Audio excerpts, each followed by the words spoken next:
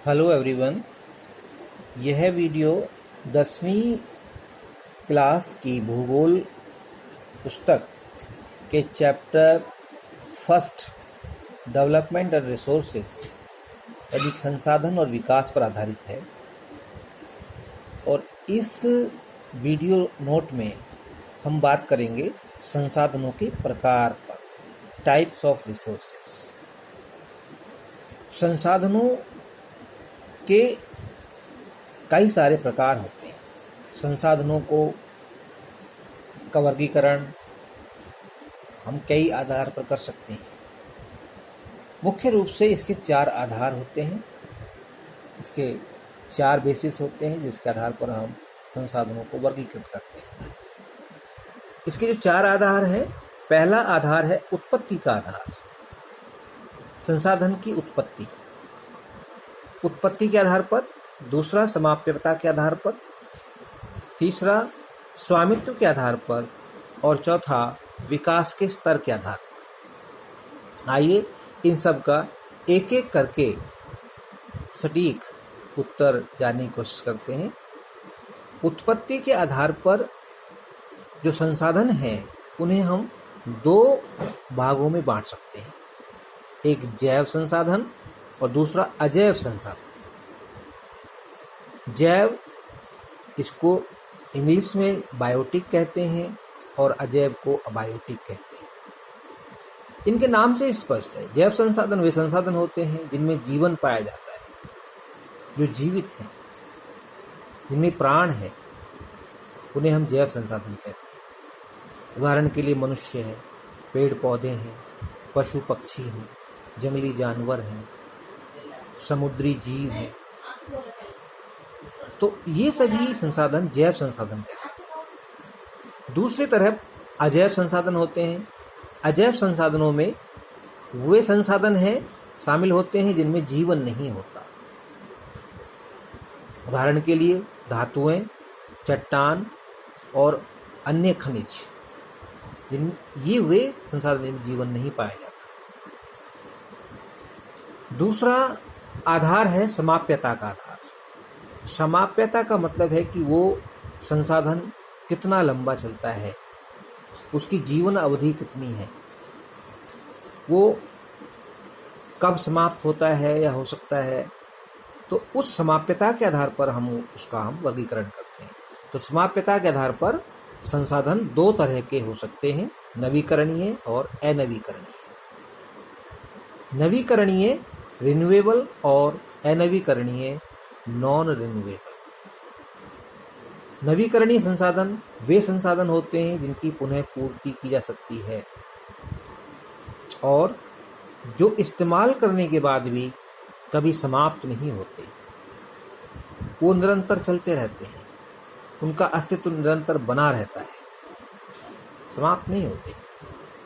इनमें उदाहरण के लिए पवन है, हवा, जल, सौर ऊर्जा, धूप, वन, वन्य जीव, प्राणी जात और ज्वार भाटा, भूताप आदि कुछ ऐसे संसाधन हैं जो नवीकरणीय है, रिन्यूएबल। इसका मतलब है कि इस्तेमाल करने से खत्म नहीं होते हैं। दूसरी तरफ अनवीकरणीय संसाधन है जो इस्तेमाल करने के साथ कम होते जाते हैं और जिन्हें फिर से हम उनको अस्तित्व में नहीं ला सकते। उनको अस्तित्व में आने में लाखों साल लग जाते हैं, इनके बनने में लाखों साल लग जाते हैं।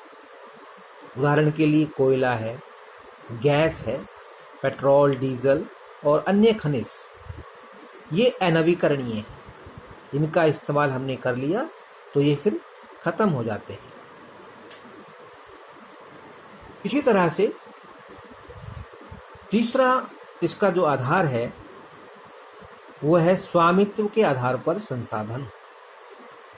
मतलब उन संसाधन का स्वामी कौन है, वह चाहे वस्तु है या भूमि है, ठीक है, या फिर कोई मकान है उसका स्वामी कौन है, उसका मालिक कौन है, इस आधार पर भी हम संसाधनों का वर्गीकरण करते हैं। तो स्वामित्व के आधार पर संसाधन के 4 प्रकार होते हैं। पहला है व्यक्तिगत अथवा निजी, जिसको हम पर्सनल कह देते हैं, प्राइवेट प्रॉपर्टी। दूसरा है सामुदायिक, मतलब उसके ऊपर समूह का या सबका अधिकार होता है, सभी उसको इस्तेमाल कर सकते हैं।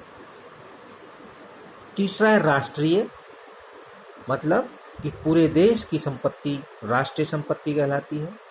पूरे देश के जो संसाधन हैं वो राष्ट्रीय संसाधन कहलाते हैं। चौथा अंतर्राष्ट्रीय संसाधन, ऐसे संसाधन जिन पर सभी देशों का सामूहिक अधिकार होता है और उन्हें सभी देश जो है इस्तेमाल कर सकते हैं, उन्हें हम अंतर्राष्ट्रीय संसाधन कहते हैं। तो इनका एक एक करके हम बात करें तो व्यक्तिगत संसाधन के उदाहरण हैं घर, मकान, गाड़ी, भूमि, प्लाट इत्यादि। यानी कि अब व्यक्तिगत है वो, यानी कि उस पर वो किसी व्यक्ति की है। वो व्यक्ति एक हो सकता है, 2 हो सकते हैं या कई हो सकते हैं। तो यदि किसी संसाधन का स्वामी कोई एक व्यक्ति या कुछ व्यक्ति है तो वो व्यक्तिगत संसाधन है। दूसरा सामुदायिक संसाधन।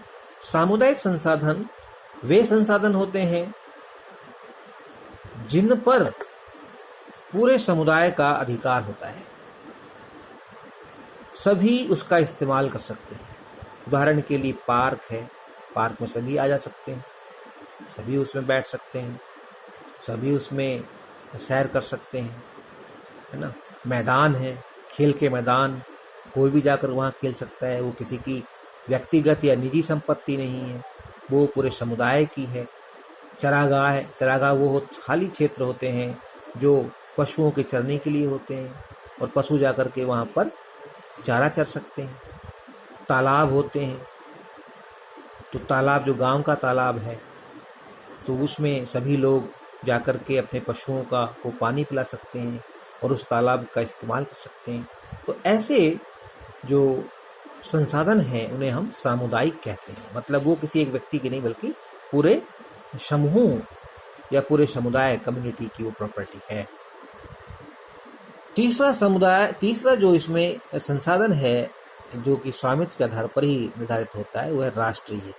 इस राष्ट्रीय संसाधन में देश के अंदर आने वाले सभी संसाधन शामिल होते हैं, जैसे भूमि, खनिज, है ना, लोग, वन इत्यादि। जो भी इस देश के अंदर प्राणी हैं या देश के अंदर जो भी वन्य जीव हैं, वो समस्त सभी एक राष्ट्र की धरोहर है, राष्ट्र की संपत्ति है। इसी तरह से अंतर्राष्ट्रीय संसाधन होते हैं, चौथा प्रकार, और इनका स्वामी कोई एक देश नहीं होता। राष्ट्र का तो एक देश उनका स्वामी होता है संसाधनों का। जैसे भारत देश के अंदर जितने भी संसाधन हैं वो सब हमारे राष्ट्रीय संसाधन हैं। उसी तरह से अंतर्राष्ट्रीय संसाधन जो हैं इन पर किसी एक देश का नहीं बल्कि सभी देशों का अधिकार होता है।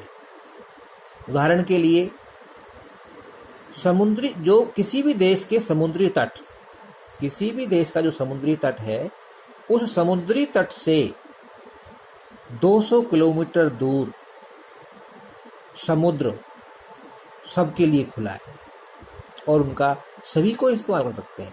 200 किलोमीटर के दायरे में कोई नहीं आ सकता, वो एक देश की प्रॉपर्टी है, एक देश की सीमा है वहाँ तक। उसके अलावा 200 किलोमीटर के बाहर जो दायरा है, जो क्षेत्र है, वह अंतर्राष्ट्रीय क्षेत्र कहलाता है और उस समुद्र जल का दूसरे देश प्रयोग कर सकते हैं। तो इस तरह से स्वामित्व के आधार पर हम संसाधनों को 4 वर्गों में बांटते हैं: व्यक्तिगत, सामुदायिक, राष्ट्रीय और अंतर्राष्ट्रीय। इसका जो चौथा और अंतिम जो स्तर है वह है विकास के स्तर के आधार पर। विकास का मतलब है कि भाई उस देश में जो संसाधन है उनका कितना विकास हुआ है ना, और कितना नहीं हुआ है। इस आधार पर भी हम संसाधनों का वर्गीकरण कर सकते हैं। जैसे उदाहरण के लिए पहला है नंबर 1, इसके 4 आधार होते हैं, 4 वर्ग होते हैं। संभावी, दूसरा विकसित, तीसरा भंडार और चौथा संचित कोश। संभावी संसाधन कौन से संसाधन होते हैं? जिन्हें निकट भविष्य में इस्तेमाल किया जा सकेगा, ऐसे संसाधन संभावी हैं। ठीक है, अभी उनको हम इस्तेमाल नहीं कर रहे हैं, लेकिन आगे आने वाले भविष्य में उनका इस्तेमाल कर सकते हैं। संभव है वो उनका इस्तेमाल करना। जैसे गुजरात, केरल, राजस्थान में बहुत ज़्यादा पवन चलती है, हवाएं चलती हैं, तो वो भी ऊर्जा का बहुत अच्छा स्रोत बन सकते हैं, तो उनका इस्तेमाल हो सकता है आगे आ जाके, है ना। सौर ऊर्जा है, ये भी संभावी जो है संसाधन है। दूसरा विकसित संसाधन। विकसित संसाधन में मात्रात्मक और गुणात्मक दोनों का इस्तेमाल होता है कि हमने कितनी मात्रा में हमने संसाधनों को जुटा लिया और उन संसाधनों की गुणवत्ता क्या है। तीसरा संसाधन जो है वो होता है भंडार। ये वो सभी भंडार हैं जो पृथ्वी के नीचे दबे हुए हैं और तकनीकी ज्ञान ना होने की वजह से उनके बारे में हम जानते तो हैं कि भंडार हमारे पास है, लेकिन हम उनको निकालने में अभी सक्षम नहीं है, क्योंकि तकनीकी रूप से हमारे पास ज्ञान की कमी है, इसलिए हम उनका इस्तेमाल नहीं कर सकते। लेकिन जैसे ही तकनीकी रूप से हम सक्षम हो जाएंगे, हमारे पास ज्ञान आ जाएगा कि भाई इनको हम कैसे इस्तेमाल कर सकते हैं, तो फिर हम उनको आगे इस्तेमाल कर सकते हैं। तो इसलिए अभी वो भंडार के रूप में हमारे पास सुरक्षित है। चौथा जो संसाधन है वो होते संचित कोश। संचित कोश भी भंडार जैसे संसाधनों का ही एक रूप है और ये भी कोश के रूप में, खजाने के रूप में हमारे पास संचित है, मतलब जमा है। जमा पूंजी के रूप में जैसे हम जमा पूंजी कर लेते हैं, तो ऐसे ही वो भी हमारे पास जमा है और आवश्यकता पड़ने पर हम आगे उनका इस्तेमाल कर सकते हैं। उदाहरण के लिए बांधों का जल, हमारे यहाँ हीराकुंड, दामोदर जैसे बहुत बड़े बड़े बांध हैं, और जैसे भाखड़ा बांध जो है, ये बड़े बड़े बांध है, नागार्जुन बांध है, सरदार सरोवर बांध है, इनमें बहुत अकूत जल है। तो इनके जल को हम आगे इस्तेमाल कर सकते हैं। ठीक है, हमारे यहाँ पर विशाल वन है, जंगल हैं, उन जंगलों का भी बड़े पैमाने पर आगे जाके इस्तेमाल हो सकता है, तो इसलिए वो अभी संचित कोश की तरह हमारे पास हैं। तो इस तरह से इस वीडियो नोट के जरिए हमने यह जानने का प्रयास किया कि संसाधनों के क्या प्रकार हो सकते हैं और उनको वर्गीकृत करने के क्या आधार हो सकते हैं। संसाधनों को वर्गीकृत करने के 4 प्रमुख आधार माने जाते हैं और उन चारों का हमने एक एक करके सबका बारे में चर्चा कर ली है। जैसे पहला है उत्पत्ति के आधार पर, दूसरा समाप्यता के आधार पर, तीसरा स्वामित्व के आधार पर और चौथा विकास के स्तर के आधार पर। तो इस वीडियो नोट में बस इतना ही। अगर आपको ये वीडियो नोट अच्छा लगे तो इसे लाइक करना और शेयर करना ना भूलें। थैंक्स।